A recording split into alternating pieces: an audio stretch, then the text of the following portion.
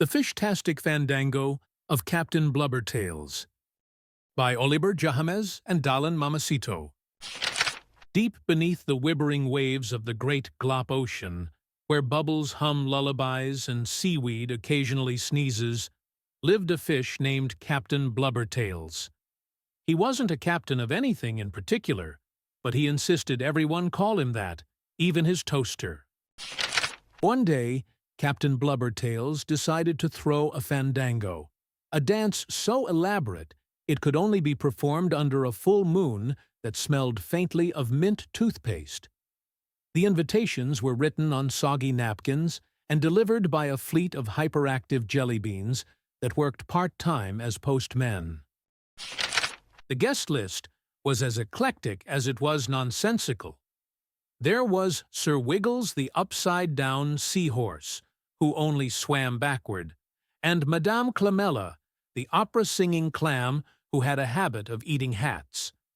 The most anticipated guest, however, was the infamous Professor Gloopensplort, a goldfish rumored to know the secrets of the universe, but only spoke in riddles involving cheese.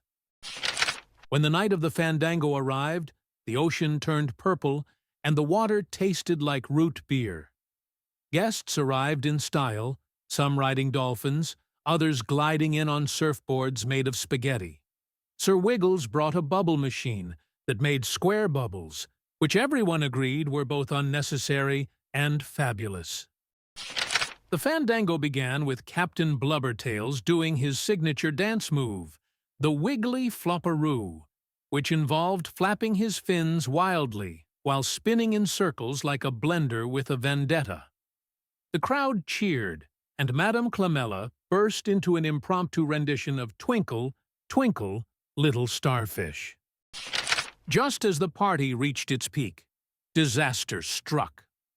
A menacing sardine named Kevin appeared, riding a unicycle made of coral. "Stop this fandango at once," he declared. "Dancing is strictly prohibited under the Treaty of Bloop Bloop." "But Kevin," said Captain Blubbertails, dramatically flipping his tail, "you've forgotten one thing. The Treaty of Bloop Bloop was overturned by the Council of Squiggles last Tuesday." Kevin gasped, "No, not the Squiggles." He promptly fainted and floated away, carried by a school of empathetic guppies who sang the entire soundtrack of The Little Mermaid in reverse. With Kevin gone, the fandango continued with even more enthusiasm. Professor Gloopensplort finally revealed the secret of the universe. "It's buttered toast, but only on Thursdays," he said, before vanishing into a cloud of glitter. As the party wound down, the guests swam away with smiles on their faces, and entirely too much glitter in their gills.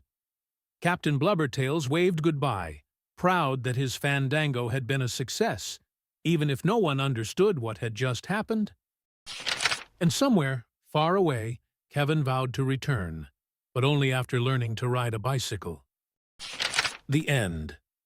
Or maybe just the middle, because fish don't care about endings.